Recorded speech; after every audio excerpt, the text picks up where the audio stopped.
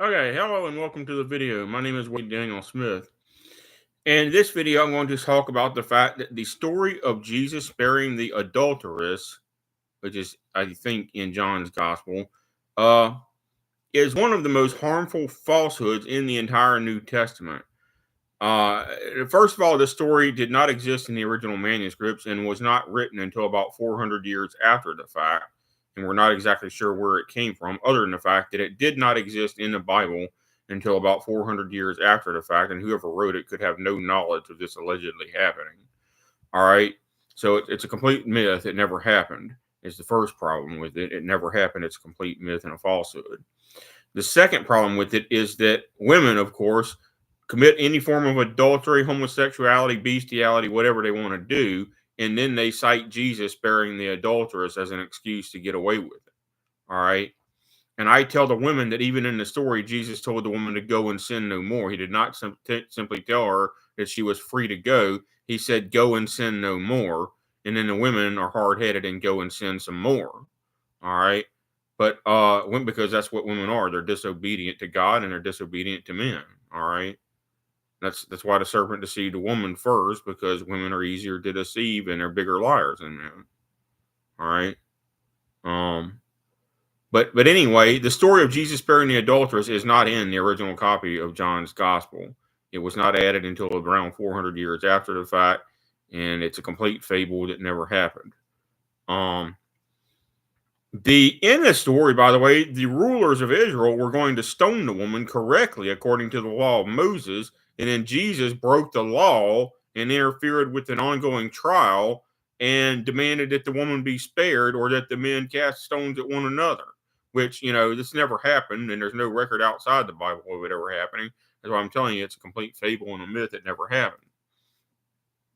But because elsewhere Jesus said, not one jot or tittle of the law shall in any wise pass away until all things are fulfilled. So if he really believed that, why did he spare an adulteress contrary to the law?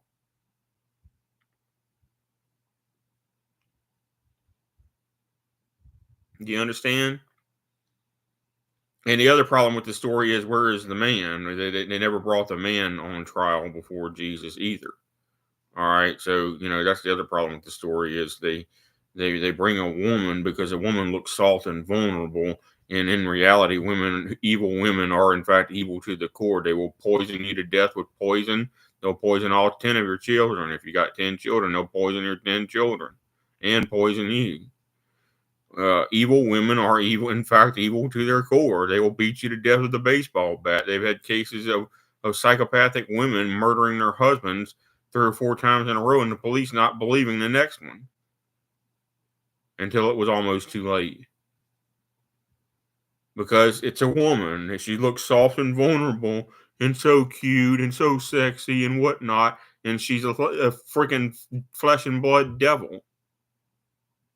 So don't fall for the stupidity of Jesus going around sparing adulteresses, because if he spared all these adulteresses and demon-possessed women such as Mary Magdalene and the woman at the well, and then this particular woman that was put on trial for adultery, what was he doing other than sparing whores? Was he preaching righteousness, or was he just a whoremonger? Apparently he was just a whoremonger. But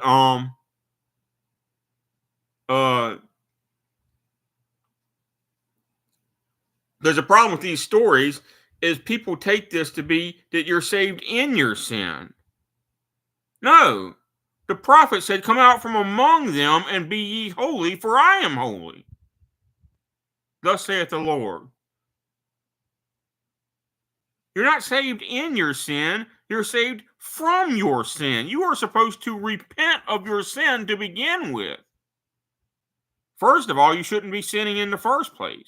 But if you have sinned, hopefully it was a sin of ignorance and not a sin of willful ignorance.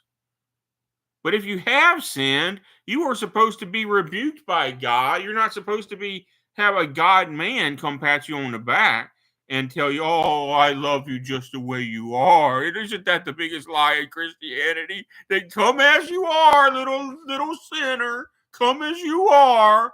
That's not in the Bible. Come as you are is not in the Bible. He said, repent. He said, come out from among them and be ye holy, for I am holy. God did not tell sinners to come as they are. If you come as you are before God, he is going to kill you. He wouldn't even let Moses look at him. So what makes you think that you, a sinner, can come as you are to God? You are a lying devil if you think you can come as you are before God. Because even Moses and the prophets could not come as they were before God. They had to go through a ritual sacrifice and be bathed in water and offer animal sacrifices before they were even allowed to pray before God. And we might need to go back to that instead of the nonsense called Christianity.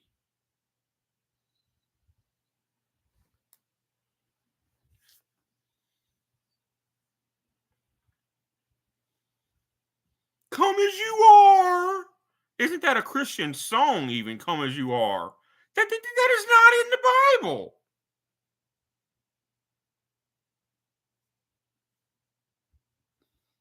Read it. Let me get my Bible because let me get the Bible. Let me get the Bible and read to you what Ezekiel said.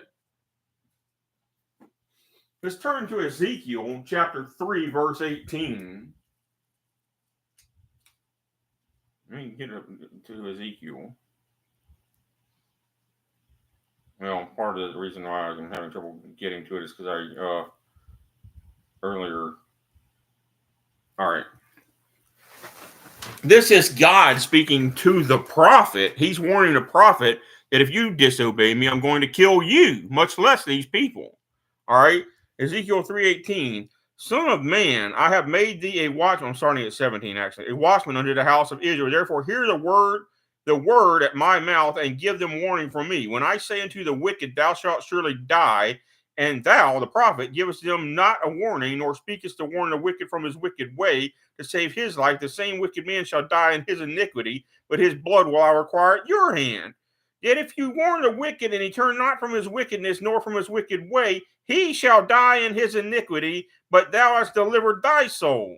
Again, when a righteous man doth turn from his righteousness and commit iniquity, and I lay a stumbling block before, and I, God, lays a stumbling block before him, and he shall die, because thou hast not given him warning, he shall die in his sin, and his righteousness which he hath done shall not be remembered, but his blood will I require at thine hand. Nevertheless, if thou warn the righteous man, the formerly righteous man rather, that the righteous sin not, and he doth not sin, he shall surely live, because he is warned. Also thou hast delivered thy soul. And the hand of the Lord was there upon me, and he said unto me, arise, go forth into the plain, and I will there talk to thee. And then if you read the story, God rebuked the prophet for being a sinner too. All right? But anyway, let me explain to you. You cannot come before God as you are. You have to repent of your sin, and that means to admit that you are a willfully evil person and that you did it knowingly, because anyone claiming that there was not a God is a liar, and anyone claiming they didn't know better is a liar. You have a godly conscience from God. You are created as a free moral agent to know good and evil. It tells you so in the book of Deuteronomy, chapter 28. So don't claim you didn't know any better. That would just make you a bigger liar, Jimmy Swaggart. Don't claim you didn't know how to live for God. That is a complete lie. The Ten Commandments are pretty easy to obey, to be honest with you. Which one of them is hard to obey? Thou shalt not murder? Thou shalt not commit adultery? How did your dick accidentally fall in a whore's pussy, Jimmy Swaggart? How did you accidentally commit adultery? You're a liar. You know?